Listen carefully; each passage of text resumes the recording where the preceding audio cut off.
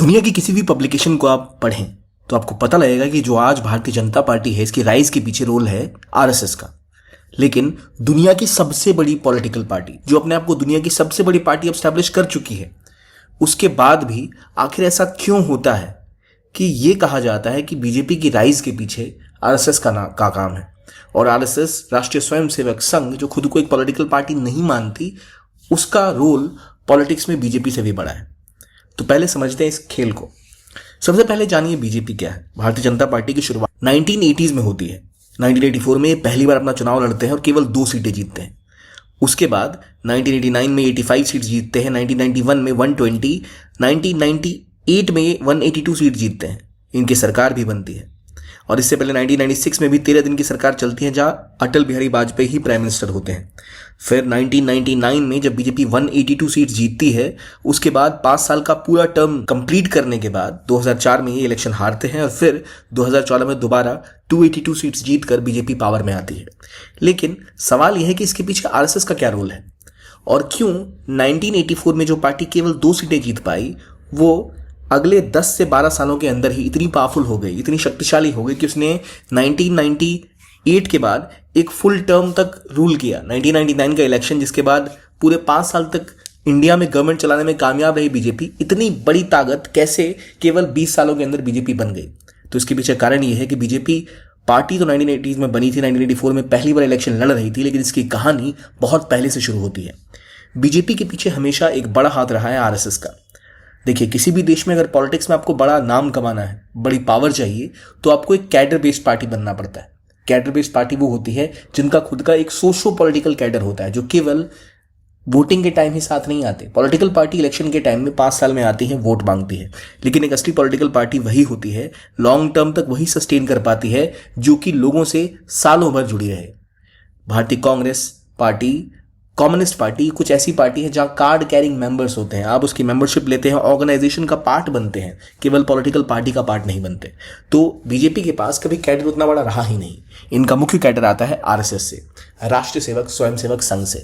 और जो सरकार 1999 में बीजेपी चलाती है और 2014 में पूरा बहुमत ले लेती है, उसकी शुरुआत 1980 या 1984 में नहीं, असल में उसकी शुरुआत होती है, इसकी कहानी शुरू होती है 1925 में, जब हेडगेवार स्टैब्लिश करते हैं राष्ट्रीय स्वयंसेवक संघ यानी आरएसएस को।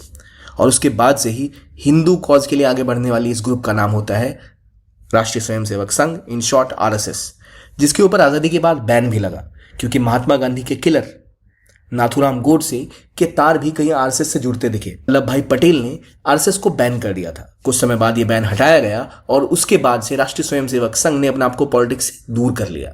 लेकिन आज भी जब इलेक्शन होते हैं, जो अभी हरियाणा में हुए और अब महाराष्ट्र में होने वाले हैं, उससे जस्ट पहले बीजेपी आरएसएस के करीब जाती दिख रही है।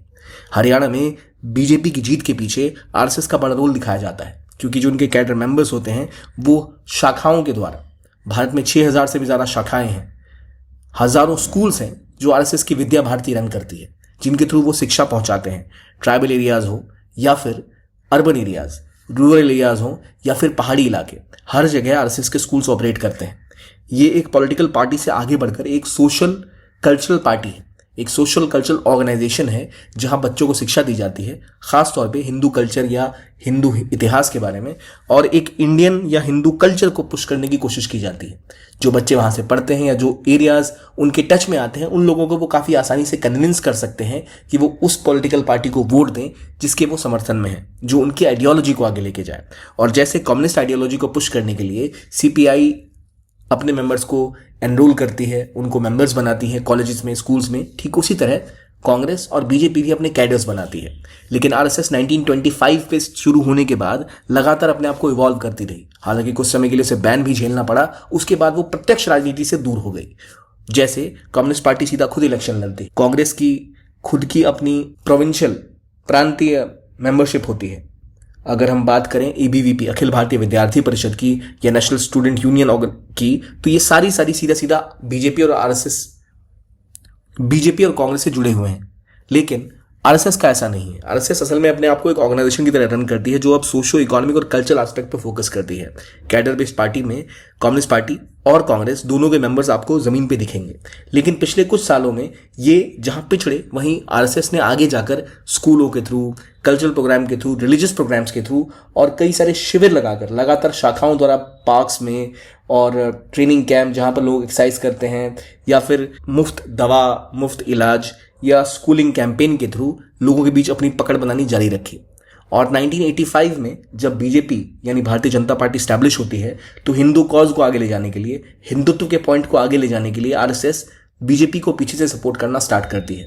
चाहे अटल बिहारी वाजपेयी हो, चाहे नरेंद्र मोदी, चाहे नितिन गडकरी हो या आडवाणी, ये सभी असल में आरएसएस के मेंबर्स रहे हैं। आरएसएस के मेंबर्स ही बाद में बीजेपी की पार्टी ज्वाइन करते हैं और वहां से लीड करते हैं भारतीय जनता पार्टी को। तो भारतीय जनता पार्टी को जब इलेक्शन जीतना होता है तो वो पहुंचती है आरएसएस के पास, क्योंकि डॉक्टर हेडगेवार की शुरू की गई ये पार्टी, ये ऑर्गेनाइजेशन असल में बीजेपी की पार्टी को वो सपोर्ट प्रोवाइड करती है, वो स्ट्रेंथ प्रोवाइड करती है, वो कैडर प्रोवाइड करती है जो वोटर्स तक जाके उन्हें बता सके कि देखिए बीजेपी अगर ये इलेक्शन जीतेगी तो आपकी जान बचेगी, वरना बचोगे ही नहीं।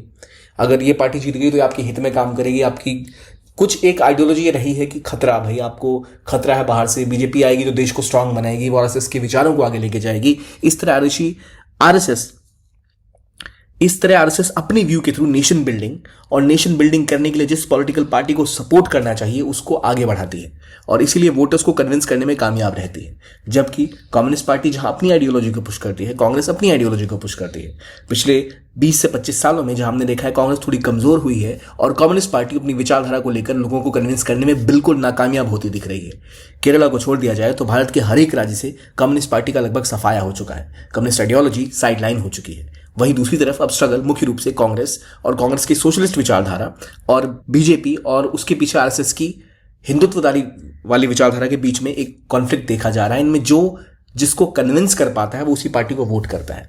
और ये जो पार्टी लाइंस हैं ये केवल फोकस धर्म के ऊपर या एक इकोनॉमिक सिस्टम के ऊपर नहीं करते। इसमें कल्चर, आप कहाँ रहते हैं, कौन सा ग्रुप आपकी आके मदद करता है, किसके साथ आपकी विचारधारा मेल खाती है, कौन बेहतर तरीके से लोगों को यूनाइट कर पाता है, वो डिसाइड करता है इलेक्शन में जीत। और इसीलिए जब डॉक्टर हेडगेवार ने 1925 में आरएसएस को स्टैब्लिश किया था, वहां से लेकर आज तक जितनी ऑर्गेनाइजेशन ने जो शाखाएं स्टैब्लिश की हैं, जो स्कूल स्टैब्लिश किए हैं, जो मैगजीन्स बनाई हैं, जिनके थ्रू वो अपनी आइडियोलॉजी, अपने व्यूज को लोगों तक पहुंचाते हैं और उन्हें कन्विंस करते हैं एक पर्टिकुलर तरीके से वोट करने में, वो बड़ा रोल निभाती है आरएसएस के लिए मेंबरशिप बढ़ाने में। और वो मेंबरशिप जाके डायरेक्टली इनडायरेक्टली सीधा सीधा बीजेपी के लिए बड़ा रोल निभाते हैं, जो लोगों तक पहुंचकर उनको ये कन्विंस करते हैं कि वो बीजेपी को वोट करें। और इसीलिए बीजेपी दुनिया की नंबर 1 पार्टी बन जरूर गई है जिसके मेंबर 100 मिलियन से भी ज्यादा हैं, लेकिन असल में जो कल्चरल इंपैक्ट, जो सोशल इंपैक्ट आरएसएस का है, क्योंकि वो एक कल्चरल, सोशल और इकोनॉमिक ग्रुप की तरह ऑपरेट करती है, वो किसी और पार्टी का इंडिया में अभी जमीन पर नहीं है।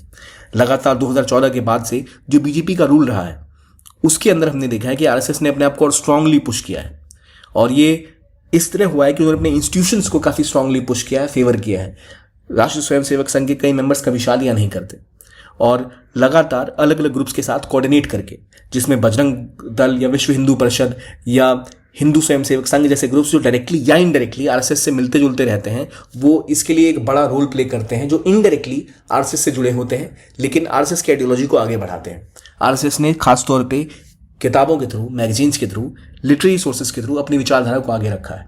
इनके स्कूल्स ट्राइबल एरियाज में भी खुले हैं और कन्वर्जेशन के खिलाफ, यानी जो धर्मांतरण होते हैं उसके खिलाफ आवाज बुलंद करना, या फिर उन कम्युनिटीज को, जैसे उन वर्गों को, जैसे दलित वर्ग को, जिनको अभी तक अनदेखा किया जाता था भारतीय कल्चरल या सोशल सेटअप में कुछ सो कॉल्ड अगड़ी जातियों के द्वारा, उनको मेन स्ट्रीम में लाना, ट्राइबल ग्रुप्स को दोबारा मेन स्ट्रीम में जोड़ना, ये काम भी इन्होंने बखूबी किया है। लेकिन आरएसएस के कुछ जो काम है उनसे ये बार बार आरोप लगता है कि वो एक्सट्रीमिस्ट विचारधारा को आगे बढ़ाते हैं, जिसको लेकर काफी लोगों के बीच में एक संदेह बना रहता है। इसलिए आज जब बीजेपी की जीत होती है तो इसके पीछे केवल बीजेपी के मेंबर्स, बीजेपी के पार्टी लीडर्स के अलावा एक ही ऑर्गेनाइजेशन जो 1925 में स्टैब्लिश हुई थी, इसका रोल हमेशा आगे रहता है।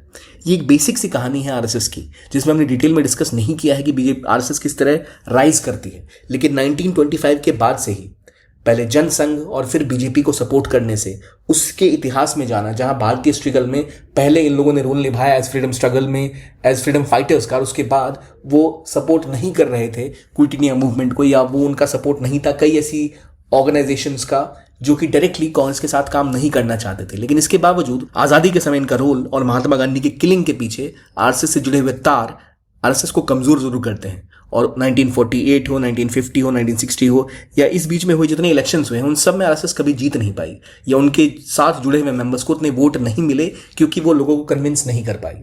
1967 के बाद से जब कांग्रेस कमजोर होना शुरू करती है तब पॉलिटिकली आरएसएस बैक ग्रुप और स्ट्रांग होना शुरू करते हैं और आरएसएस अपना फोकस पॉलिटिक्स से हटाकर सोशल और कल्चरल कॉजेज में लगाता है। और वहीं विद्या भारती, चाहे पब्लिकेशन हो चाहे रिलीजियस पुश हो, इसके थ्रू आरएसएस अपने आप को आगे ले जाना शुरू करती है। और यही वजह बनती है कि आज 100 साल से भी ज्यादा जब कोई इलेक्शन होते हैं तो आरएसएस की ओर देखती है बीजेपी।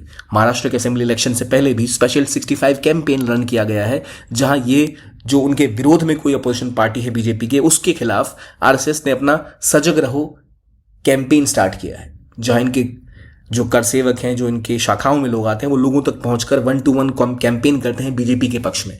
और यही होता है कैडर का पावर, जो एक एक परिवार के घर तक पहुंच के उनके मुद्दों को सुनता है और कहता है कि क्यों ना आप इस पार्टी को वोट दो जो अब की बार ये सब काम करेगी जिससे आपको फायदा पहुंचेगा। दूसरी पार्टी की बुराइयां करना और अपनी पार्टी का एजेंडा आगे पहुंचाना, यही मेन उद्देश्य होता है किसी भी कैडर बेस्ड पार्टी का। और यही आरएसएस करती है बीजेपी के लिए, जो इनडायरेक्टली सपोर्ट करती है बीजेपी को। इसलिए जब भी बात आती है बीजेपी की और उनकी जीत की, तो उसके पीछे बड़ा रोल आरएसएस का माना जाता है। चाहे नरेंद्र मोदी की बड़ी इमेज हो, अमित शाह का कोऑर्डिनेशन हो, लेकिन इसके पीछे हमेशा आरएसएस एक बड़ा फैक्टर रहा है। कहा यह जाता है कि 2024 में जब बीजेपी की थोड़ी सीटें गिरी, उसके पीछे आरएसएस का थोड़ा सा उनके साथ तीखा व्यवहार होना भी माना जाता है। अब देखते हैं आगे क्या होता है। आई होप ये वीडियो आपको अच्छा लगा हो। और अगर आप यूपीएससी की तैयारी कर रहे हैं तो जैसे आरएसएस इवॉल्व हुई है वैसे आपको अपने आप को इवॉल्व करना पड़ेगा और फोकस करना पड़ेगा अपनी प्रिपरेशन के लिए। डेली मेंस के answer writing, daily questions, prelims के आंसर राइटिंग प्रैक्टिस करना है। उसकी कैसे करोगे? आप ज्वाइन कर सकते हो पीडब्ल्यू ओनली आईएएस का फाउंडेशन कोर्स, जो 2025 में अगर आप अटेम्प्ट दे रहे हो तो आप प्रहार ज्वाइन कर सकते हो, जो इंग्लिश या हिंदी का बैच है। टाइटन ज्वाइन कर सकते हो, जो इंग्लिश का बैच है। अगर 2026 में आपका अटेम्प्ट है तो संकल्प ज्वाइन कर सकते हो, जो इंग्लिश या हिंदी का बैच है। टाइटन ज्वाइन कर सकते हो, जो इंग्लिश का बैच है। इसमें आपको लाइव क्लासेस, रिकॉर्डेड क्लासेस मिलेंगी, जीएस की, सीसेट की क्लासेस मिलेंगी, डेली एमसीक्यू, एक पूरा कॉम्प्रिहेंसिव जीएस बुकलेट का सेट मिलेगा जो आपको तैयार कर पाएगा सी बुक्स के थ्रू हर एक चीज के लिए जो एग्जाम में पूछे जाते हैं। इस कोर्स की शुरुआत केवल 7,999 से हो गई है। कोई लाखों रुपए खर्च नहीं करने पड़ेंगे आपको। अब अपनी प्रिपरेशन में आपको हाई क्वालिटी क्लासेस का ही सहारा पीडब्ल्यू ओनली आईएएस प्रोवाइड करेगा। इस कोर्स का लिंक आपको डिस्क्रिप्शन बॉक्स में या कमेंट बॉक्स में पिन मिल जाएगा, वहां से आप इस तक पहुंच सकते हैं। ये था आज का वीडियो। देखने के लिए बहुत बहुत धन्यवाद। कीप ऑन वॉचिंग ज्ञान कोश।